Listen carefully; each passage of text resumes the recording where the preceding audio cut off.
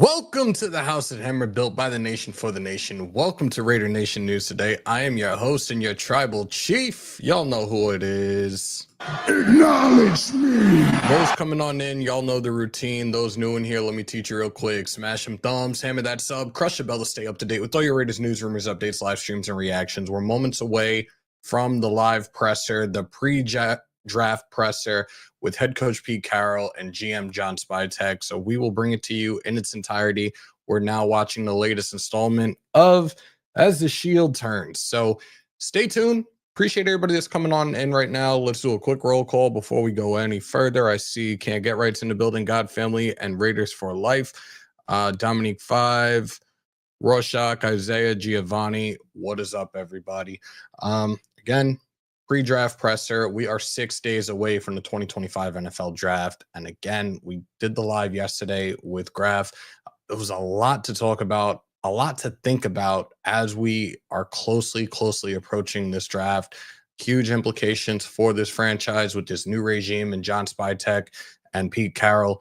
I'm very curious to see, and I'm very anxious as well to see what they plan on doing with that 6th overall pick. We shall see. I'm very curious to hear the questions that are going to be asked during this presser. I'm really intrigued to hear the insights from both Pete Carroll and John Spytek. They need to get this started quick, fast, and in a hurry. It is 1:59 on the East Coast, so we are about a minute away. It was scheduled for 2 o'clock. I got the notification about a half hour ago. I'm like, you know what? Let's knock this out of the park before we go to work. So here we are, and I appreciate everybody that's in here right now. Matt Marinovich said Genty, Booker, and Morrison. We'll see. Rich, what's going on? John B, salute. Demoke, salute. Appreciate everybody that's pulling on up right now on this glorious Friday afternoon. Weather out here is pretty nice. I hope wherever you guys are at is just as good. What did I miss here? I'm already seeing the no ditties. What do we start already? What are we starting with? Hey, no Diddy, man. No Diddy. I just did it just to do it. And I did try reaching out to Graf. There's no guarantee he's going to pull up, but I do want to get this live out of the way. I do want to see this presser.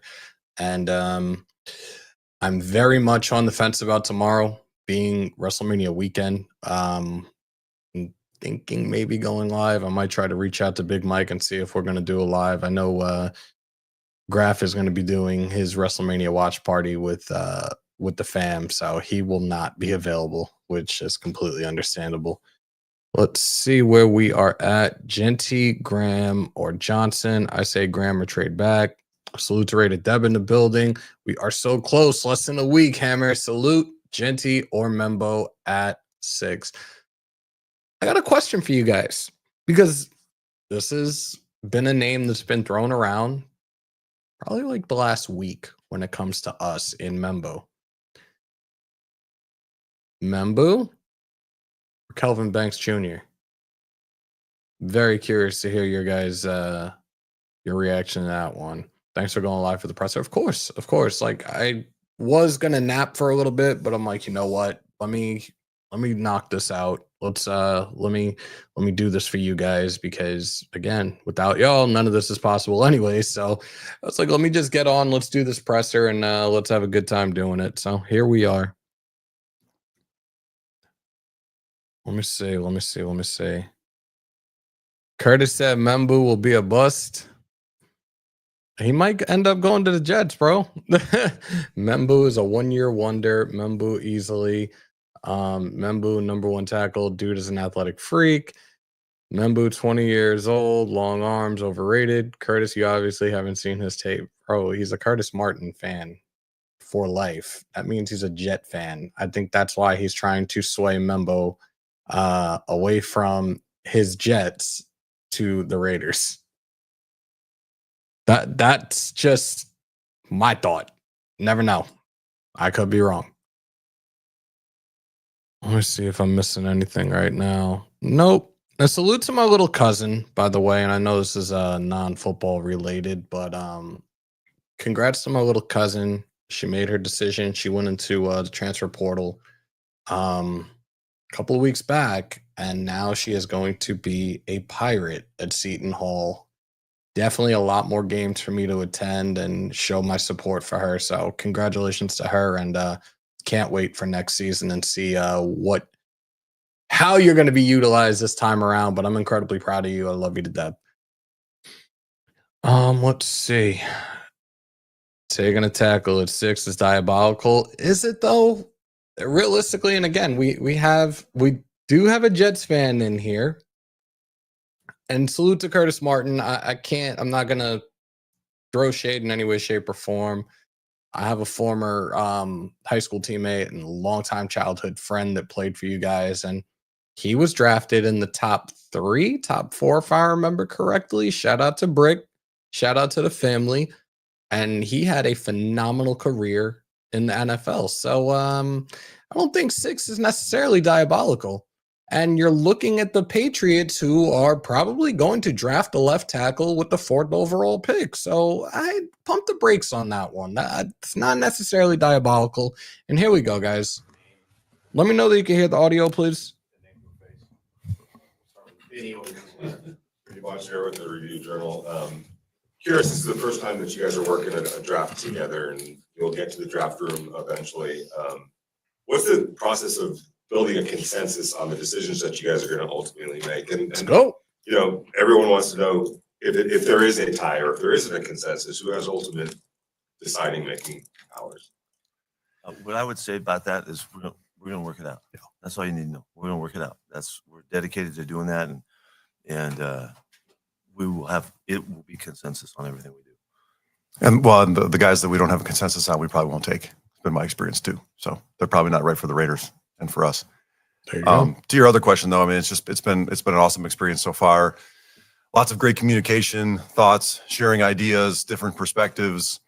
I pride myself in being an open-minded person. I've gotten to know Coach really well. He's certainly an open-minded person, and there's no personal feelings in this or anything like that. We both have our thoughts and our experiences, but I think the cool thing is that we share a lot of things in common about what we're looking for in players and who we want to add to this organization, which has made us a pretty good team so far. I know this is a voluntary portion of off-season workouts, but Colton Miller hasn't reported yet, and it's reported that he's seeking the new contract. Is there any interest from you guys in terms of starting negotiations, or are you kind of holding off on that stuff? I was just going to give you our answer, and it's going to be this going forward. We're not going to discuss contracts publicly, and this is certainly a voluntary part of the off-season program. So, guys are free to come and go as they please. There you have it. Both of you, Hondo Carpenter with SI. I'm curious, each draft has a different flavor. Sometimes they're line deep, sometimes running back deep. But for you guys, and just in generalities, what stands out to you about this 2025 draft? There's a lot of really good players. Yeah, I mean, I don't really want to get into the depth of each of our position groups on the board. People are going to start breaking that down and think that we have a tell. I think, we just came from the draft room actually, and the way that it looks right now, we're excited about the players at a lot of different positions. And I think the cool thing is they match up with some of where Coach and I think that this team can get better. And that makes us feel good because it feels like we can get good players across the board that are going to help our team this year and then years to come as well. Kevin Bollinger, Fox 5. Can you talk about your philosophy in terms of drafting with the best player available versus need? And if it comes down throughout the weekend that two guys are graded out pretty similarly and one's in need and one's in a position that maybe isn't a need, is that going to weigh things one way or the other? Okay, he's tapping me in on this one. This is the age-old question, right? Are we doing need or are we doing best player available? And my answer would be that it's a combination of both. Yes. Okay. We're going to make the best decision for the Raiders, and certainly we have to take into mind places that we feel like we're not as deep at certain positions, and also we have opportunities to add really good players too, whether we think we need that player or not. My experience kind of is two things. If you start forcing players because you need them, you end up regretting that. And you also can't have enough good players at certain positions too. So sometimes what isn't feel like a need right now becomes a need after 1 or 2 injuries during the season. And then you're thankful you took this really good player. So, at the end of the day, we're going to kind of combine all of that along with character and injury data. And we're going to have a cool stack set up, and we're going to pick the best player available for the Raiders whenever we're up to pick. Case Kiefer, Las Vegas Sun. John, I think one of the other times you talked to us, you talked about the importance of understanding the value of positions, part of your philosophy going into a draft. How fluid is that year to year based on what's going on in the NFL, or how much is that set in place based on your past? Well, I have my biases, I think, in positions that I like. I know he does too, and they actually end up matching up pretty well. Listen, I think we all have an idea of how we feel like the best to build a football team and where you start and what you do and where you go from there. But you have to take into account who you have on your team and are they going to be here, 2 or 3 years down the line? There's no easy answer to that question. I don't think there are more, there's players at skill positions that touch the ball every play and you have to value that in. But if you can't protect the quarterback or affect the quarterback, then they don't really get a chance to make plays on it either. So, there's a million different ways to do it, which is why I think it's so interesting and so many people enjoy it. And there's a lot of ways to do it. Yeah, we certainly want to be subjective and weigh it all the way to the end in the moment that we have to make our pick, and use all of the thoughts. We're trying to incorporate all of the wisdom we can muster, from all of our peeps that are working with us. We got a ton of information coming in and experience and all of that. So I don't know that we would ever say, it's all this, it's all that at any time. We want to be wide open as much as possible and make great decisions. Schulman with KTMB Channel 13. What's the biggest commonality that you both share in terms of your approach to the draft every year? We love the Raiders. Yeah, we love the Raiders. What I'm seeing from John is really his depth of commitment to the people that we choose, and the makeup of the person, and the character, and certainly the competitiveness of the guys, the hunger that they bring. That's something that we both cherish, and so we come from a real connected spot in that regard. So in every choice that we make, every decision we're talking about, it always comes up. What kind of guy is this guy? What can we expect? How could he complement our mentality? Right now, we're building this team, and so much of that comes from the character and the attitude and the makeup of the people. And so as we draft all the way throughout the rounds, that's going to be a huge factor in all of our decisions.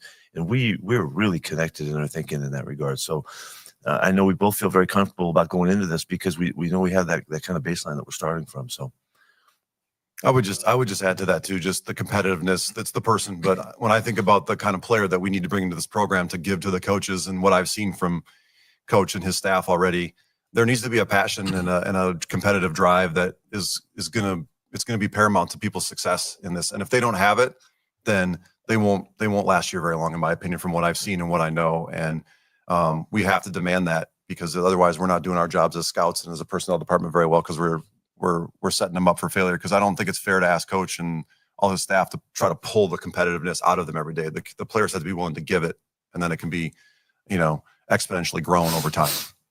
The Las Vegas Review Journal. I just want to follow up on that. John, Ashton Genty actually said in an interview the other day that he thought you guys were looking at character more than maybe even other teams were, and that you guys valued that. I guess, is that maybe the art of scouting now, where everybody knows the same numbers, everybody has all the same, information on guys, everybody has the same tape, but that's the art of maybe learning a guy? I think there is an instinct and a nuance to it for sure. And every year I go, through another draft process between the combine interviews and the player interviews and the top 30s and all of that. I feel more convicted and confident in knowing who that person is sitting across from me, even if it's only a 15 or 20-minute meeting. And again, I've talked about it before in Tampa, where I felt like we got really good was we matched the quality tape up with the quality person. And whether or not other people think that we drafted guys a little bit too high, I think the proof was in the pudding that those were the guys that we built that program on. And I think it really is going to stand up here too, because we're demanding it. And, Coach just talked about it, and we will be, our fate will be the kind of person that we bring into this organization, from coaches to scouts to players. And I think we're silly if we don't demand that there's a high level of commitment to football and being a good person to go along with that. Love of the game. Love of the game. I don't think it's too hard to ask those two things. You just got to know where to look and how to find it. Levi Edwards, Las Vegas Raiders. On the back end of that question, Ashton Jenny, a couple of prospects were talking about their top 30 visits and kind of the things that you did outside of the building in terms of kind of gauging, doing top off and things like that. Do you think things like that are important to kind of also gauge someone's personality of who you're drafting, but also gauge their competitive spirit? Well, I would say that the more situations that we can put guys in, and the more opportunity we have to see them in different lights and all, is high value. And so, we try to be real creative with that thought while they were here. And in the questions that we ask and what we're digging, at them to reveal, and so that we can just get enough info to have the kind of gauge that we feel really good about. And sometimes you feel better about some guys than others, and some of it has to do with the openness of the player. We try to give them an atmosphere where they feel comfortable, and so that they'll feel free and allow a little bit of vulnerability to be shown, and all that. So, but it's hugely important that we get at the answers. But we don't always get them, but we're digging for them. The modern NFL knows become kind of looked down upon to take running backs high in the draft, but we've seen Ashton Jeanty get talked about in that top 10 by pretty much everybody who's put together mock drafts. What do you think about him in particular makes him so special to where he might Be careful there. Hit that subscribe button, bro. I'm going to be careful about talking about any specific player, but I more broadly to the running back question. I mean, we just saw Saquon Barkley just change the Eagles in one year. Now they had a great team around him, and it was adding an elite player. And I think when you sit where we sit, I mean, the idea is to add elite players at any position. And I don't try to devalue any certain position. I mean, there's times in games where there's nobody you'd rather have than the best kicker in the league too, right? I mean, in that moment. So there's certain ways to build a team. And I don't know where we got to a place where we don't feel like running backs are valued. I come from the University of Michigan to my core, and those guys were certainly really valued there. So it's hard for me to get away from that. Two buyers. New horizon, real quick, with NIL. We're a few years into it now. Have you guys noticed any kind of a change in demeanor in the players? And people talk about, well, there's going to be a sense of entitlement because they've already been paid. Have you guys picked up on it? Does it make it easier or harder to gauge some of the things that you? What I would say is that we are looking for that factor, and trying to uncover the factor if it does exist. It's only natural to think that it would change. And they're not addressing it. Guys know that they can go from one school to the next, and it depends on how much they're offered and all of that kind of stuff. That wasn't happening. That was not part of the equation. So it's certainly going to have an effect. I think more so as we go further into this, when you think about freshmen and sophomore kids in high school getting offered deals, which is happening. That's happening. If you can, you might think we're stretching it. That's the real deal. No, it Chip is. Kelly was out on the road, recruiting guys for Ohio State, and he was talking to kids who were freshmen and sophomores. And so that accumulative effect of being involved in that kind of decision making in that kind of world has to have an effect in some way. And guys staying in school because they know that they can get paid, in that senior year pretty well, and they don't take a chance of going to the draft. That's just wasn't the way the mentality was built. So we have to be very open and investigative to figure this out and see what the factor is. I don't really like it, because for these guys, for these young kids coming up, that they have to deal with all this stuff, but it's real, and so they do, and so we'll find out the effect of it, in time. But we certainly are. I know I'm totally tuned into it, and I'm trying to listen for it, and see it.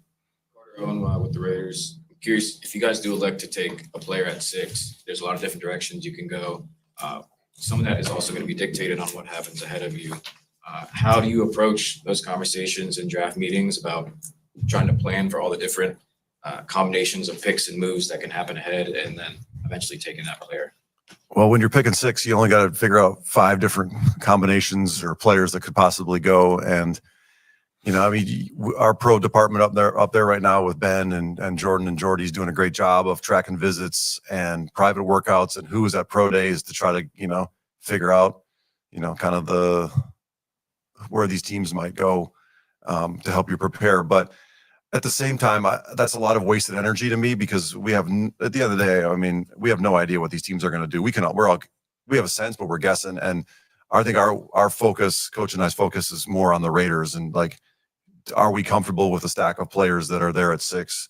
Would we trade out? Would we trade up? Would we just stay and pick? What does that look like? If there's 1 or 2 guys there that we love, we'll probably just stay and pick. If there's a guy that falls that we don't expect to fall, maybe we go get him. Or maybe we've got a group of players we feel comfortable with a little bit further back. And so we'd love to gather more trade assets and, have more darts to throw at the dartboard here, so to speak. And that covered all the options right there. Yeah, I know. Very well done. Very well. Thank you. I'm learning from this guy.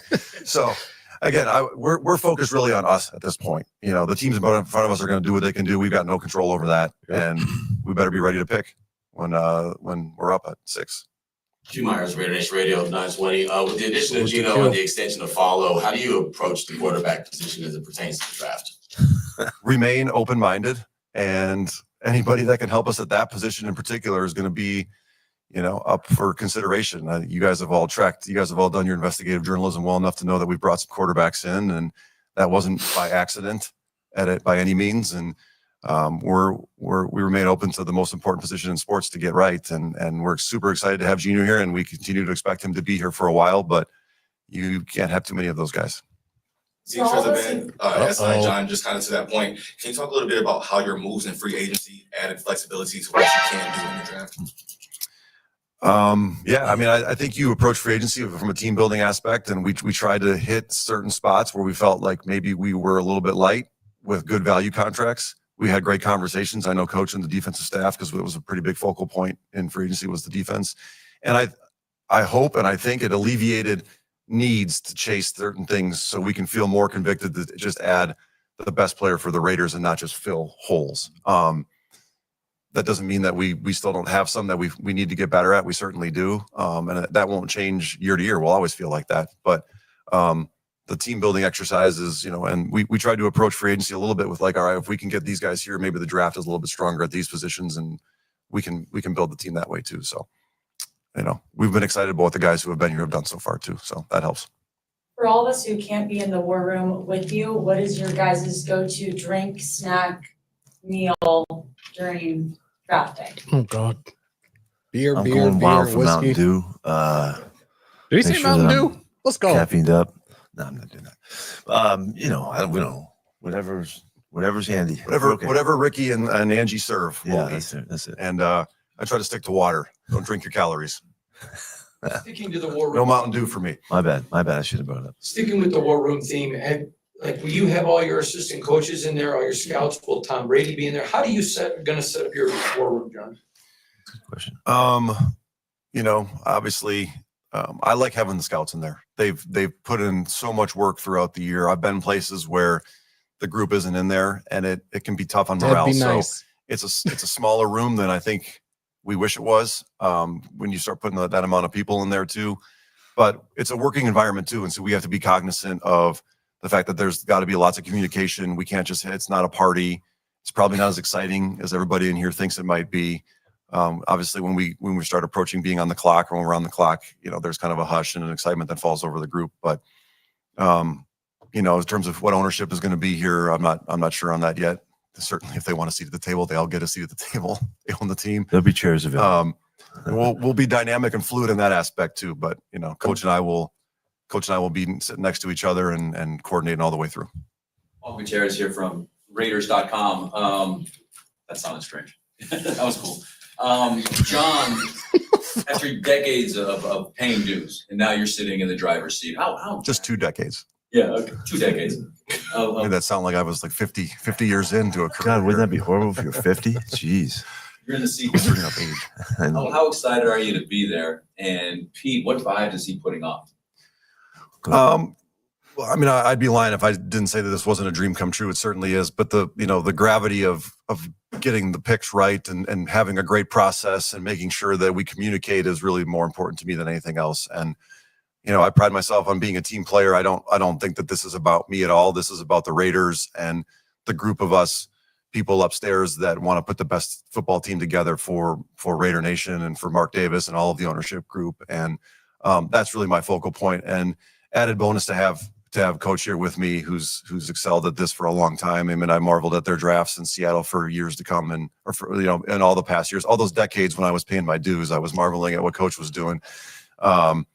So anyway, there's a wealth of knowledge, and I'm just excited for the opportunity for the group of us upstairs. There's so many people that have put so much work in, and I'd be remiss if I didn't acknowledge all of them. But that's really my focal point. Yeah, there's no signs that this is John's first go around. It doesn't feel like that at all. He's gained so much from the people he's worked with.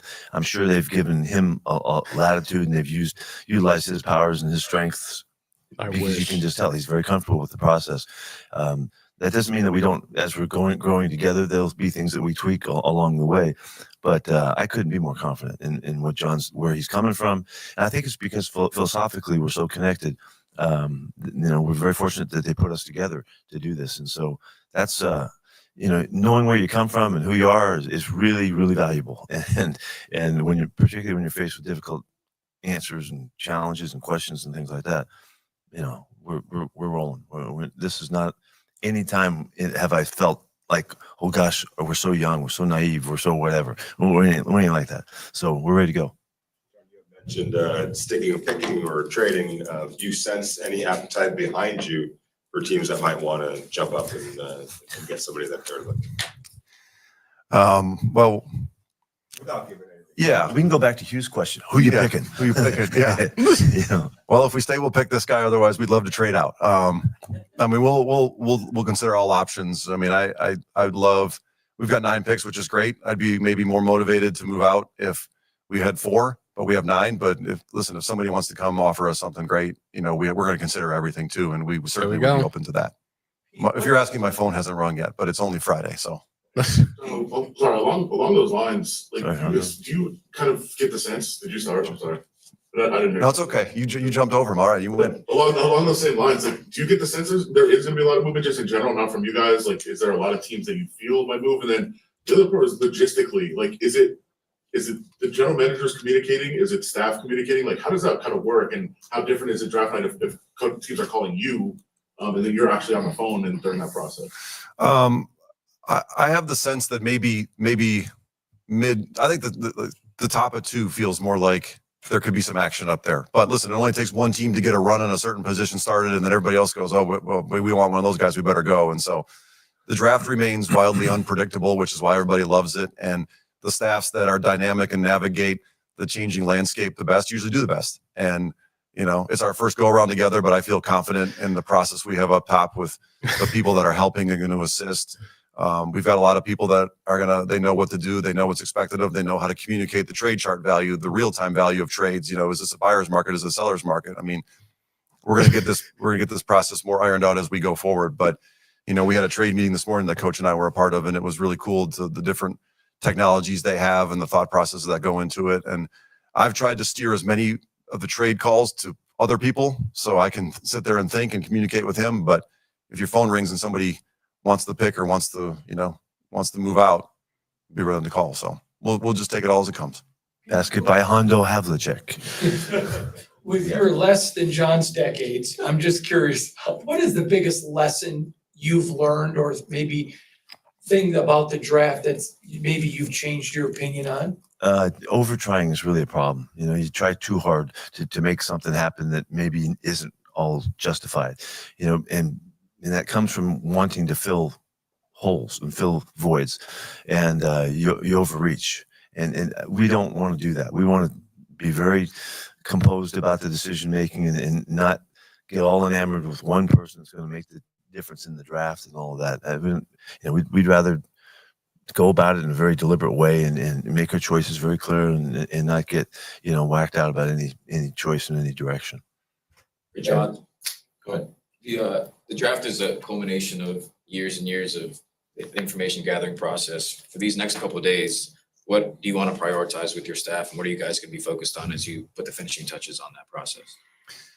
I think that we feel pretty good about the players and where they're at on the board right now, and Coach and I will continue to tinker as we kind of whittle down here to the players that we would consider at certain spots. But I think the thing that we want to plan for is some of the strategy. Who would we just stay and pick? Who would be willing to move out for, but on a premium? Who would be willing to move out for, just let's get out. We feel like the value is further down the board.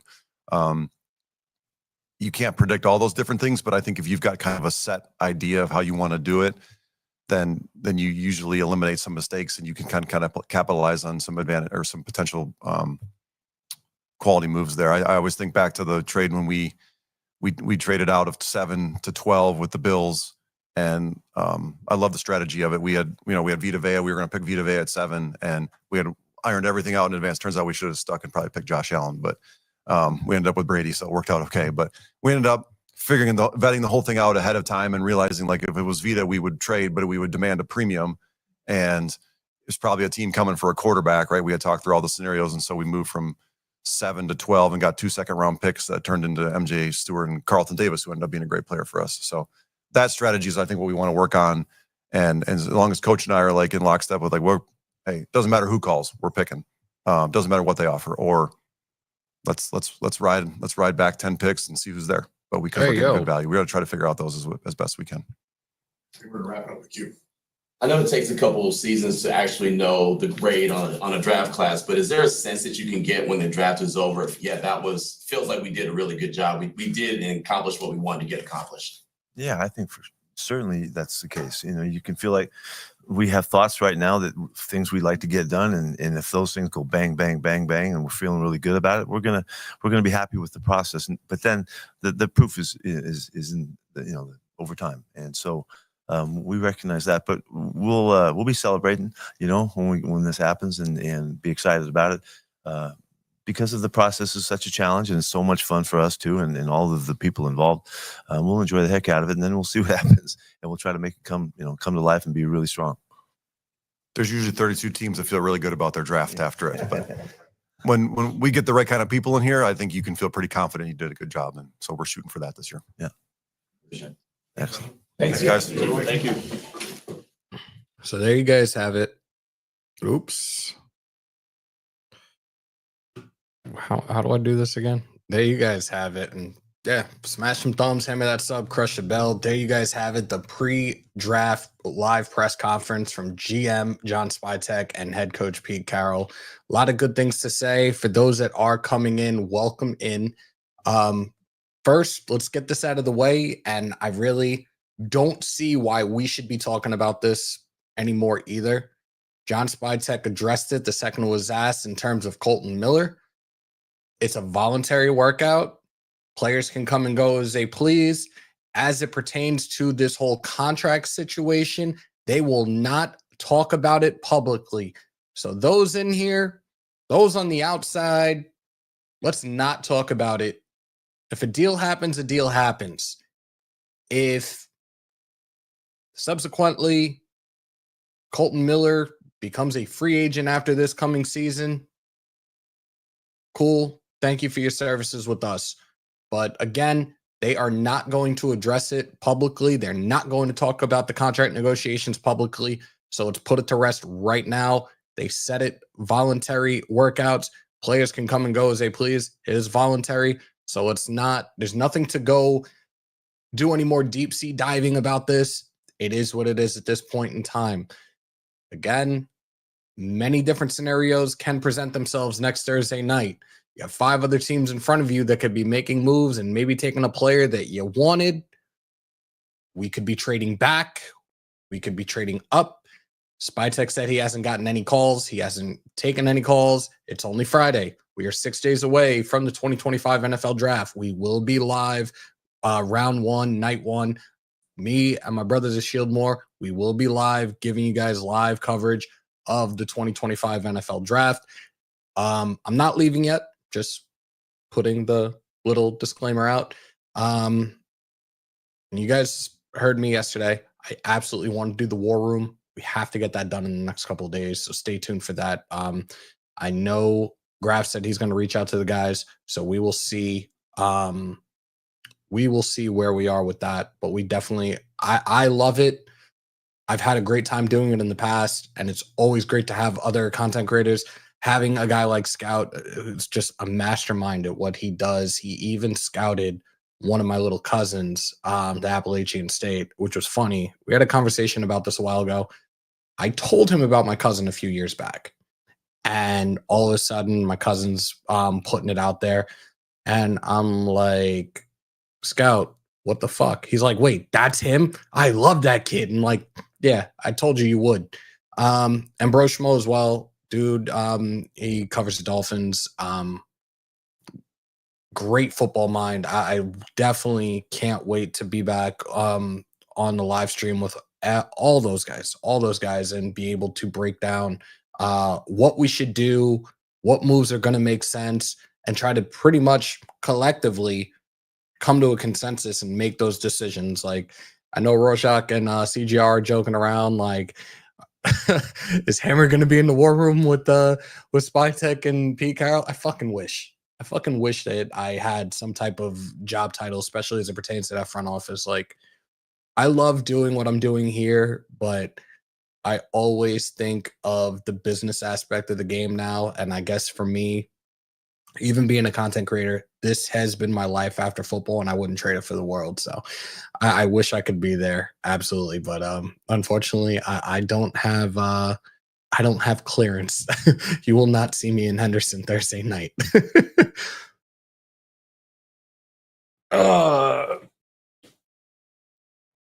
True Raider. You know what I heard? That's what I heard. About to be unceremoniously blocked. Shout out to God, family, Raiders for life. Let's keep these lights on for the tribal chief. I appreciate you, brother. Thank you for the $5. Holla, city of squalor. We've been on, I'm like all over the place with all these screens today and some things that I've been trying to work on. We've been on for 36 minutes. There's over 226. We have about 183 on the YouTube side of things. Facebook, X, Twitch, I think we're on as well. Guys, come on over to YouTube, Raider Nation News Today. Be part of the conversation. Hit that subscribe button. It doesn't cost you a thing. You see where we're at in the top left corner, 10,209. Let's run that shit up as quickly as possible, y'all. Appreciate y'all. Gotta make that your phone notification. You know what's funny, Isaiah? I thought about this like a day or two ago. I shit you not. I need somebody to get an audio clip of Graf doing his famous content. I can make that his text notification. I could absolutely make Wasted's unceremoniously blocked his text notification. I think that'd be awesome. Oh, there's a thumbs up. There you go. There you go. I don't know if it's going to work again. I think I got lucky. Oh, it worked. Okay.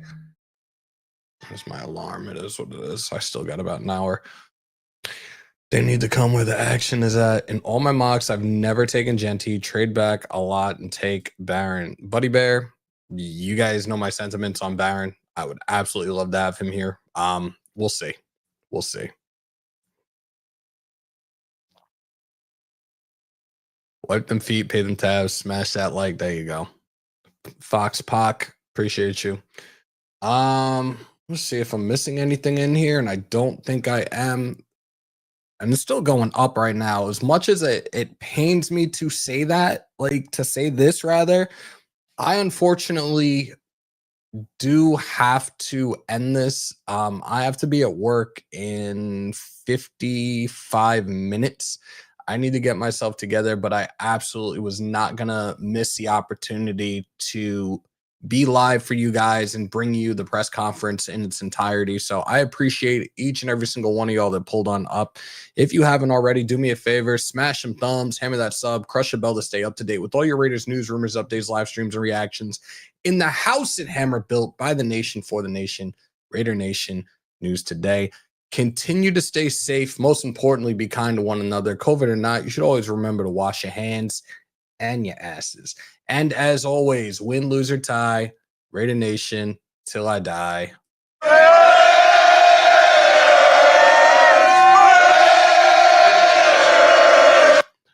Of course, as always on my New York, peace, love, and positivity. And oh yeah, there's that part too. And when I leave, come together like butt cheeks. Have a great weekend, y'all. I will try to get back on, and maybe, just maybe, we might do a live for WrestleMania on the Babyface Heels podcast. But until then, we outro. Take care, y'all. Much love.